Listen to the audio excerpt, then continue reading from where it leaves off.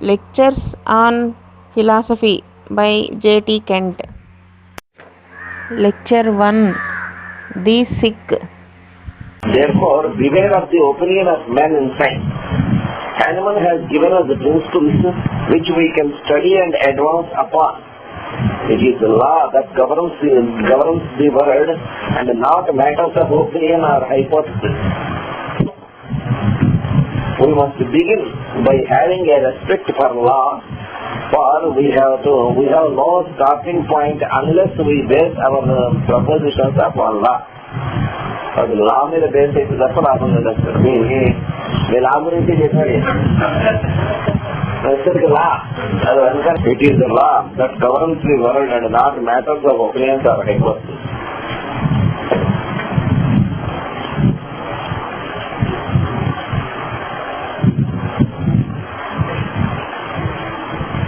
We must begin by having a respect for law, for we have no starting point unless we base our propositions on law.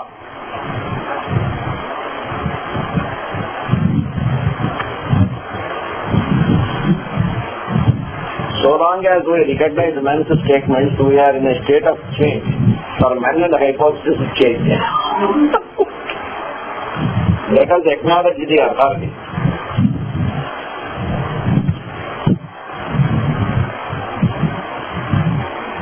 The true homeopath, when he speaks of the sick, knows who it is that is sick, whereas the allopathy does not know. The latter thinks that the house which the man lives in, what is being torn down, expresses all there is of sickness. In other words, that the tissue changes which are only the results of the diseases are all that there is of the sick man.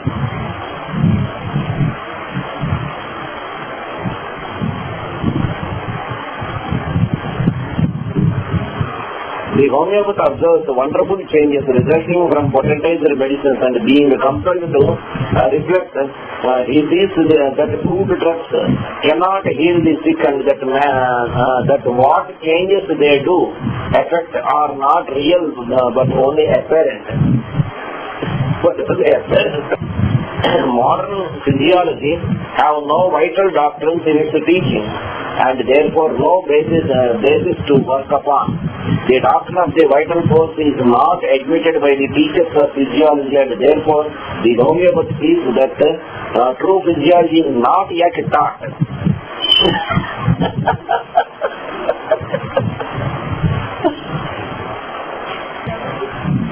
For without the vital force, without simple substance, without the internal as well as the external, there can be no cause and no relation between cause and effect. Now what is meant by the sick? It is a man that is sick and to be restored to health, not his body, not his tissue. You will find many people who will say, I am sick. They will enumerate pages of suffering, pages of symptoms, pages of suffering. They look sick. But they tell you, I have been to the most eminent physician. I have had my chest examined. I have been to the neurologist. I have been to the cardiac specialist and have had my heart examined. The eye specialist has examined my eyes. I have been to the gynecologist and I have had my uterus examined, says the woman. I have been physically examined from head to foot and they tell me I am not sick, I have no disease. Many a time have I heard this story after getting 3 or 4 pages of symptoms. What does it mean? It is true, if that stage progresses, there will be evidences of disease, that is evidences which the pathologist may discover by his physical examination. But at present the patient is not sick, says the learned doctor. But what do all these symptoms mean? I do not sleep at night. I have pains and aches. My bowels do not move. Oh well, you have constipation. That is the first thing that has been diagnosed. Do all these things exist without a cause? It would seem from one opinion that the constipation is the disease per se, but from another opinion it would appear to the cause of the disease. The diagnosis is made to apply to one as much as to the other. But this is the character of vagary is so common to old school whims. Symptoms are but the language of nature talking out as it were, and showing as clearly as the daylight the internal nature of the sick man or woman. As clearly as the daylight.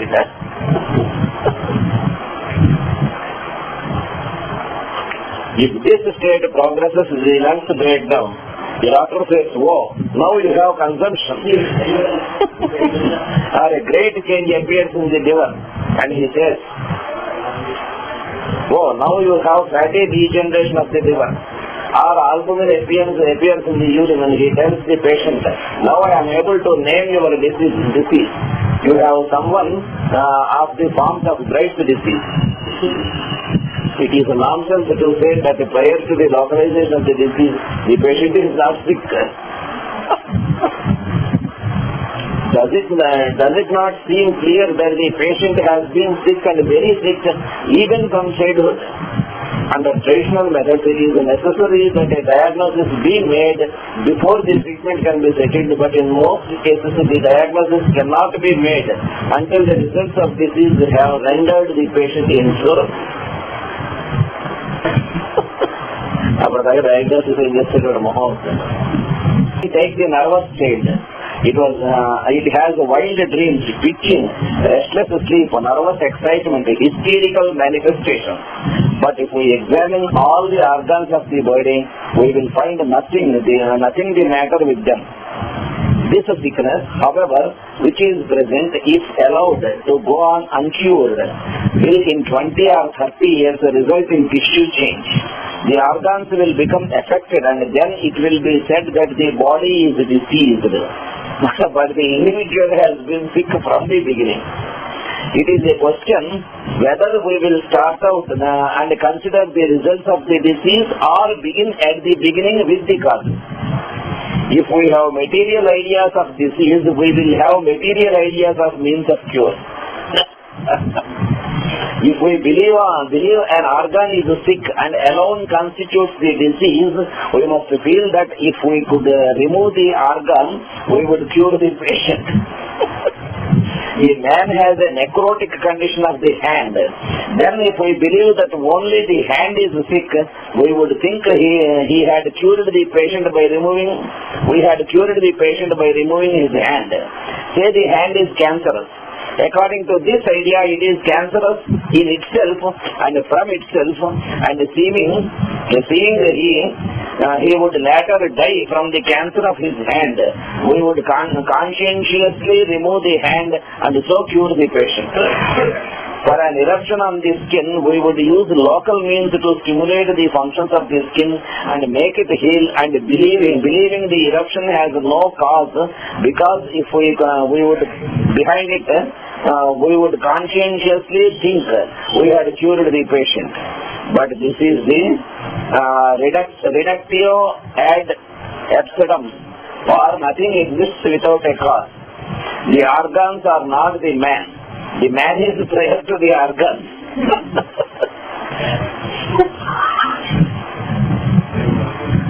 అసలు ఒక sentence ని మనం ఎంత meditate చేస్తే అంత. From first to last is the author of sickness as well as the doctor of order of cure. From man to his organs, and not from organs to the man. Well, then who is the sick man? Who is this sick man? The tissues could not become sick unless something prior to them had been deranged and so make them sick. What is there of this man that can be called the internal man? What is there that can be removed so that the whole that is physical may be left behind? We say that man dies, but he leaves his body behind. We dissect the body and find all of his organs. Everything that we know by the senses belongs to the physical man. Everything that we can feel with the fingers and see with the eyes, he leaves behind. The real sick man is prior to the sick body, and we must conclude that the sick man be somewhere in that portion which is not left behind. వాడు పోయాటంటే పోయిన తర్వాత dissect చేస్తే బాడీలో అన్ని organs అక్కడే ఉంటాయి, కానీ వాడంటూ లేడు. That which is carried away is primary, and that which is left behind is ultimate. We say the man feels, sees, tastes, hears, he thinks and he lives, but these are only outward manifestations of thinking and living. The man wills and understands. The cadaver does not will and does not understand.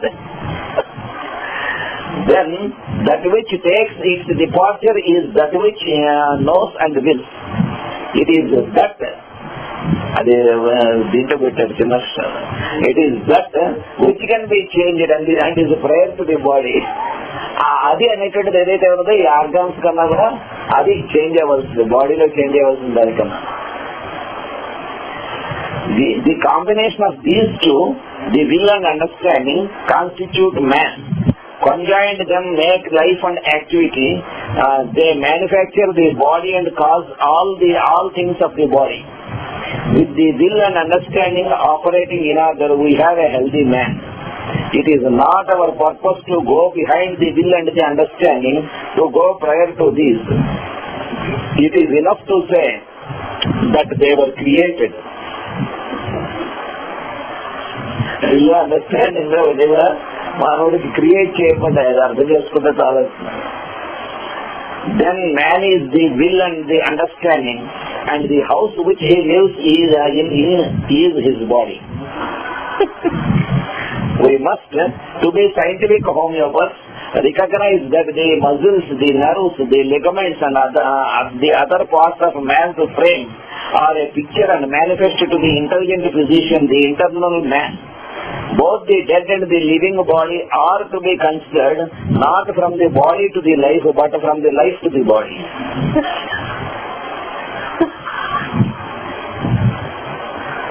If you were to describe the difference between two human faces, their character and everything you observe in their action, you would be describing scarcely more than the will. The will is expressed in the face. Its result is implanted on the countenance. Have you ever studied the face of an individual who has grown up a murderer or a villain of some sort? Is there no difference between his face and that of one who has the will to do good, to live uprightly? వాడి face కి వీడి face కి చూస్తే ఎంత తేడా ఉందో కనీసం observe చేయడం నేర్చుకుంటున్నాడు. ఒక మర్డరర్ కి ఒక క్రిమినల్ కి ఉన్నటువంటి వాడి ఫేస్ కి అందరికి పనికొచ్చే వాళ్ళు మంచి పని చేసేటువంటి వాడు వాడి ఫేస్ ఫేషియల్ ఎక్స్ప్రెషన్స్ వాడి ఫేస్ ఇది అయితే రెండు కంపేర్ చేసి చూసుకుంటున్నాడు. Go down into the lowest parts of our great city and study the faces of these people.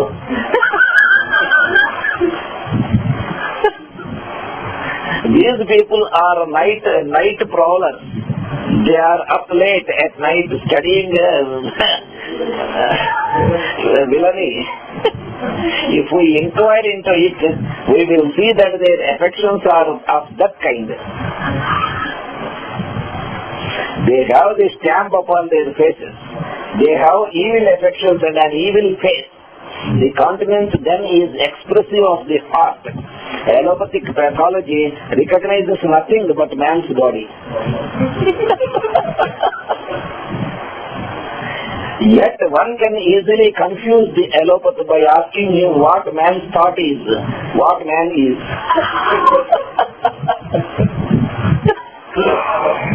The homeopath must master these things before he can perceive the nature of the cause of the disease and before he can understand what cure is.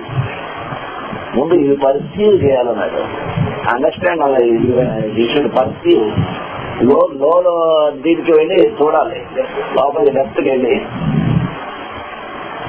It is the sole duty of the physician to heal the sick. It is not his sole duty to heal the result of sickness, but the sickness itself. When the man himself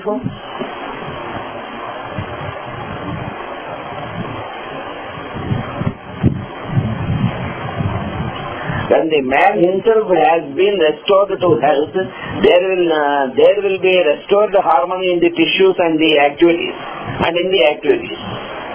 Then the sole duty of the physician is to put in order the interior of the economy, that is the will and understanding conjoined. Tissue changes are of the body and are the results of disease. They are not the disease. Hahnemann once said, there are no diseases but sick people.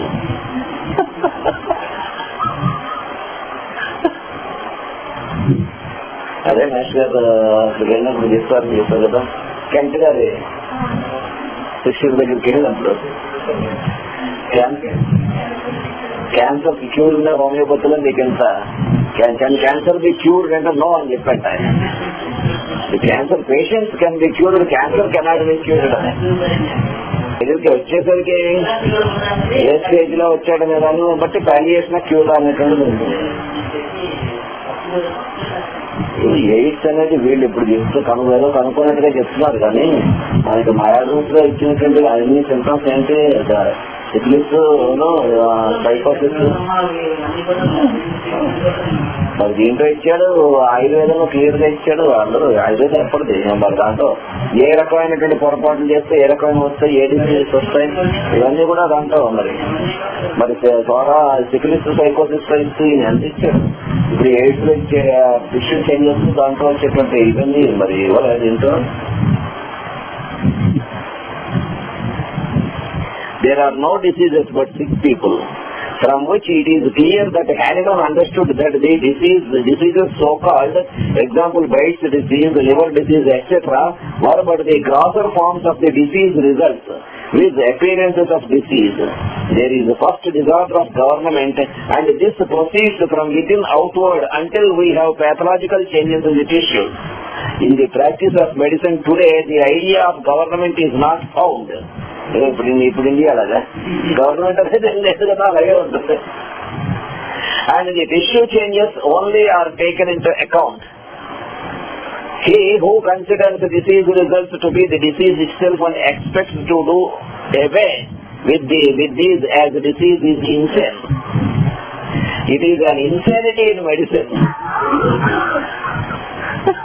An insanity that has grown out of the milder forms of mental disorder in science, crazy whims. The bacteria are results of disease. In the course of time, we will be able to show perfectly that the microscopical little fellows are not the disease cause.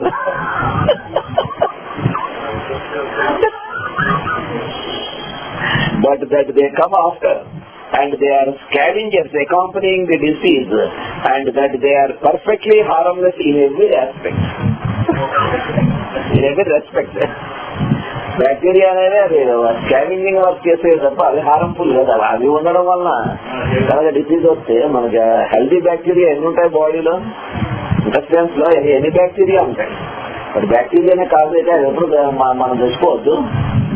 అందుకే దాంట్లో చెప్తే హెపాటిస్ లో చెప్తే ఆయన అంటాడు కదా, వరమ్స్ కి వేరే మందే కదా, సరైన మందు వేసి హెల్తీ గ్యాస్ట్రిక్ జ్యూసెస్ వస్తే అవే వరమ్స్ ని ఎలిమినేట్ చేస్తాడు. వరమ్స్ కి వేరే వేస్తే వాళ్ళ వరమ్స్ లేకపోయినట్లయితే ఏమవుతాడు, వాడు వీక్ అయిపోడు. నెక్స్ట్ గా ఇచ్చారు ఆ ఆస్పెక్ట్ మాత్రం ఫ్రీక్వెంట్ గా ఎవరి 6 months కి 3 months కి 4 months కి వాడికి వరమ్స్ కి మెడిసిన్ వేసేయండి, వరమ్స్ ఉంటే పోతాయనేటువంటిది డెవలప్ చేస్తారు కదా ఇప్పుడు మోడల్ అనుకుంటారు.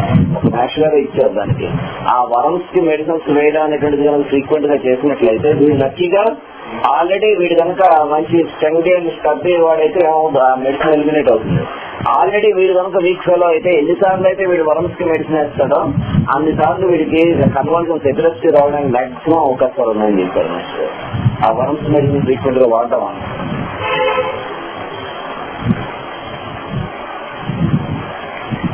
where the outcome of the disease are present wherever the disease is, and by the microscope it has been discovered that every pathological result has its corresponding bacteria. The old school consider these the cause, but we will be able to show that the disease cause is much more subtle than anything that can be shown by a microscope. We will be able to show you by a process of reasoning step by step the folly of hunting for disease cause by the implements of the senses. In a note, Hahnemann says the physician's mission is not, however, to construct so-called systems by interweaving empty speculations and hypotheses concerning the internal essential nature of the vital process and the mode in which diseases originate in the invisible interior of the organism, etc. We know that in the present day people are perfectly satisfied if they can find the name of the disease they are supposed to have. An idea cloaked in some wonderful technicality. But technical prayer man's satisfaction. An old Irishman walked into the clinic one day and after giving his symptoms said, "Doctor, what is the matter with me?" The physician answered, "Why, you have Nakswamika," that being his remedy.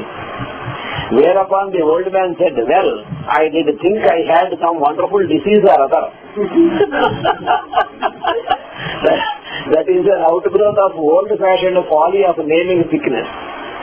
Except in a few acute cases, no diagnosis can be made and no diagnosis need be made, except that the patient is sick. Kada చేయాల్సిన అవసరం లేదంటున్నాడు. జరిగింది Khammam district లో ఓ సంవత్సరం జరిగింది. చెప్పింది కరెక్టే, వాళ్ళ పేపర్లో కూడా పడ్డాయి. చాలా హారిబుల్ ఫీవర్స్. అవి ఏమిటి, ఎందువల్ల వస్తున్నాయి, ఏమిటి కారణం, ఎన్ని టెస్టులు చేసినా రేట్లోనూ ఏమి దొరకలేదు, కానీ పేషెంట్ చచ్చిపోతున్నారు. డయాగ్నోసిస్ అదే ఆ బ్యాక్టీరియానా వైరస్ తెలిస్తే కదా ట్రీట్మెంట్ ఇచ్చేది.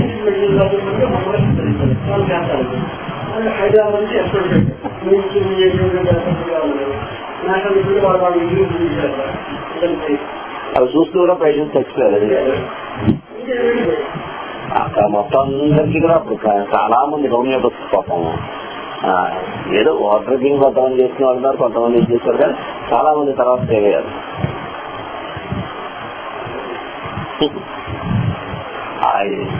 ఇగ్నోరెన్స్ అనేది ఎంత దూరం తీసుకెళ్తుందో ఈయన ఎంత బాగా చెప్పాడు అసలు. Except in a few acute diseases, no diagnosis can be made or no diagnosis need be made, except that the patient is sick. The more one thinks of the name of the disease so-called, the more one is beclouded in the search for a remedy. Beclouded. And then the mind is only upon the result of the disease and not upon the image expressed in symptoms. ఆ జబ్బుకి ఏమందిస్తాను దాని మీద ఉంటుంది, కానీ వీడికి ఏమందిస్తా అనేది మర్చిపోతాడు. ఒక మబ్బులా కమ్మేస్తుంది మరి మీద. A patient of 25 years of age with gravest inheritances, with 20 pages of symptoms, and with only symptoms to furnish an image of sickness is perfectly curable if treated in time. After being treated, there will be no pathological results. He will go on to old age without any tissue destruction. While the patient is not cured at that early age, will take on disease results in accordance with the circumstances of his life and his inheritances. If he is chimney sweep, he will be subject to disease peculiar to chimney sweep. If she is a housemaid, she will be subject to the disease peculiar to housemaid, etc. The patient has the same disease he had when he was born. This array of symptoms represents the same state before the pathological conditions have been formed as after. And it is true, if he has a liver disease or brain disease or any of the many tissue changes that they call disease, you must go back and procure these very symptoms before you can make a prescription. అది మంది ఇచ్చే ముందు అవన్నీ ముందే ఉన్నాయి, అక్కడికి వెళ్ళమన్నాడు. Liver disease, brain disease దేంతో వచ్చాడో అది కాదు, అది వచ్చేసరికి ముందు ఉన్నటువంటి సిమ్టమ్స్ ఏమన్నాయో పాస్ చేస్తే వీడి మెంటల్స్ మిగతా ఆ గుండె అక్కడికి వెళ్ళమన్నాడు. Prescribing for the results of the disease causes changes in the results of disease, but not in the sickness except to hurry its progress. We will see peculiarities running through families. In the beginning is this primary state which is presented only by signs and symptoms, and the whole family needs the same remedy or a cognate of that remedy, but in one member of the family the condition runs to cancer, in another to phthisis, etc., but all from the same common foundation. దేనికైనా కూడా వాళ్ళ మొత్తం group వాళ్ళ ఫ్యామిలీలో పట్టుకుంటే ఒక్కోసారి family అంతటికి ఒకే రోజుతో తగ్గుతుంది.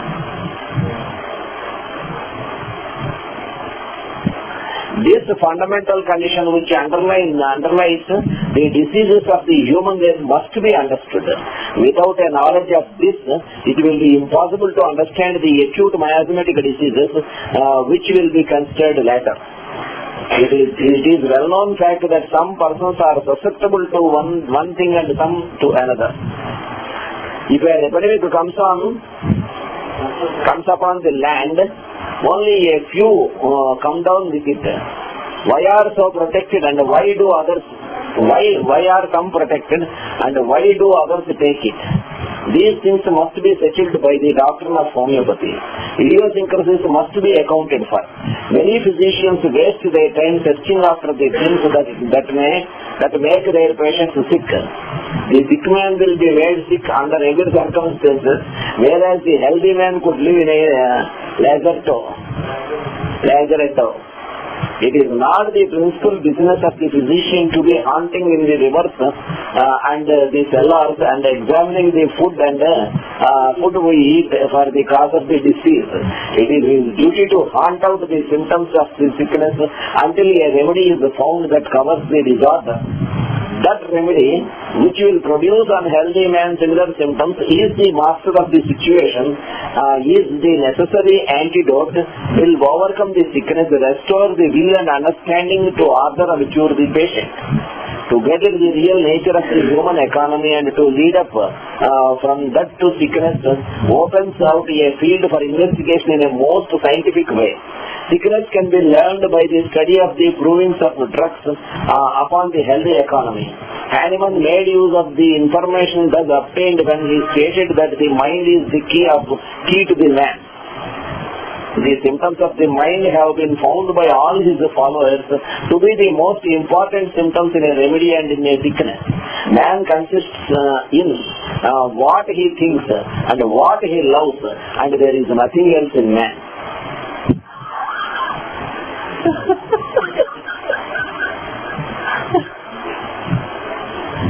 If these two grand parts of man, the will and understanding, be separated, it means insanity, disorder, death, are separate అయిపోతాయి.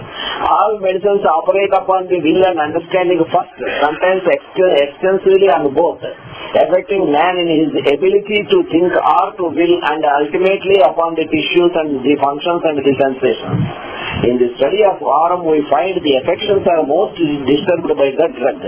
Man's highest possible love is for his life. E.V.M. so destroys this that he does not love his life. He will commit suicide.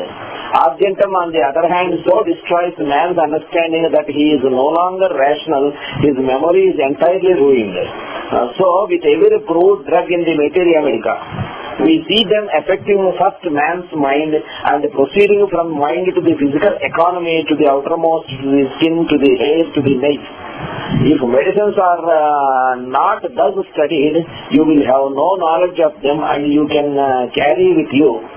No knowledge of them that you can carry with you. The materia medica has been established upon this basis.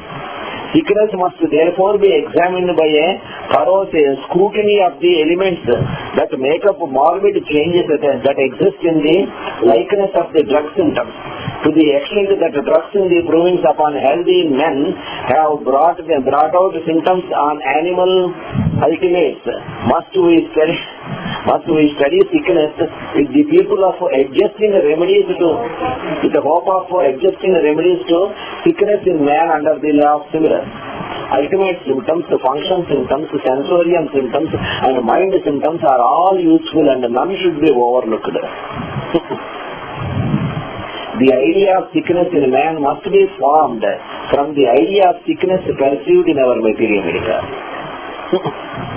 As we pursue the nature of sickness in a drug image, so must we pursue the nature of the sickness in a human being to be healed. Therefore, our idea of pathology must be adjusted to such a materia medica as we possess, and it must be discovered wherein these are similar in order to heal the sick. The totality of these symptoms written out carefully is all that we know of the internal nature of the sickness. Then the proper administration of the similar remedy will constitute the art of healing.